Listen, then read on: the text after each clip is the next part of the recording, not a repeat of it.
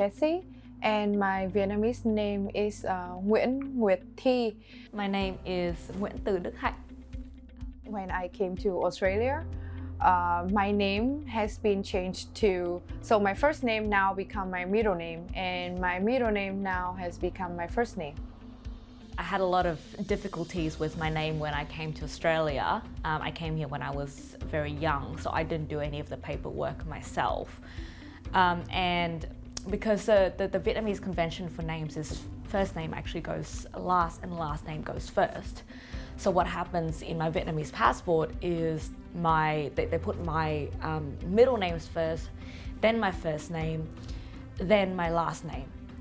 And so what my passport says, instead of Hạnh Từ Đức Nguyễn, which is my first name first and my last name last, it put my middle name as my first name. So it said Từ Đức Hạnh Nguyễn.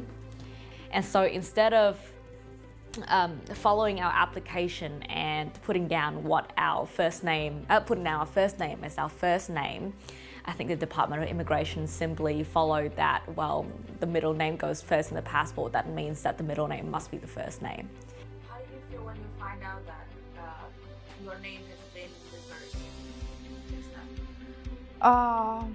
I feel really unfair, to be honest, because it's my real name. It's the name that my family has given me with a meaning from the start since I was born, and then it became my identity in some way, and so that I has been forced to change my name to a name that I'm not familiar with, even if it's my middle name, but that is not my name. That's not what people call me.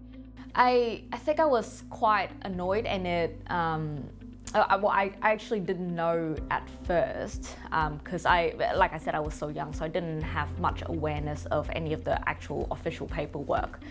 But for all the paperwork that I did, I put my first name first because it's my first name. So, for example, my driver's license, all of my, working with children's check, all of that paperwork, my bachelor's degree, and my, high school certificate, my high school diploma, all of it had Hạnh as my first name.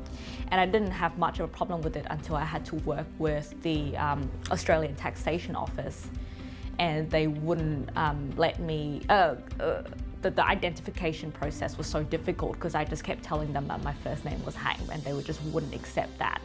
And so each department in Australia had a different understanding of my name, and they recorded my name differently. So it created a lot of problems for me in terms of trying to link all of my paperwork and my documents together.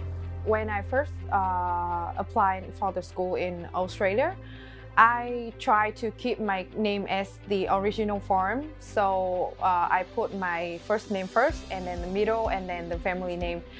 So, but when the embassy, they process my visa, they don't accept that, and they just went with their system. So in my visa, it's actually my middle name comes first and then my first name, but in my school documents, it's actually my first name comes first. So now I have like two different types of names in different official documents. I really wish that the government or the official department that related to this could understand our culture, understand that our name is a part of our identity, a part of our culture, and it has a deep meaning behind it. It also convey the wish of my parents when they gave me that name. I think I have been told that it doesn't matter what my name is, or it doesn't matter what my paperwork actually says, and as long as people remember who I am and know who I am, that's all that matters.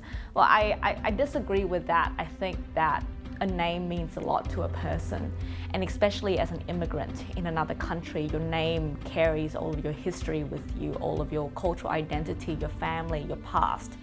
And when you're so far away from home and from where you grew up, that sometimes is the only connection you have with your culture.